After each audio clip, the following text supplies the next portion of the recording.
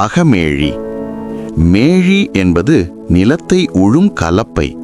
மண்ணை பண்படுத்தி பயிர் செய்ய உதவுவது போல தன் அறிவால் உள்ளத்தை சீர்படுத்தி நற்பண்புகளை வளர்ப்பவர் அகமேழி. முதிர்ச்சியான சிந்தனையும் தெளிவான அறிவும் கொண்டவர்களுக்கான சிறந்த பெயர் இது.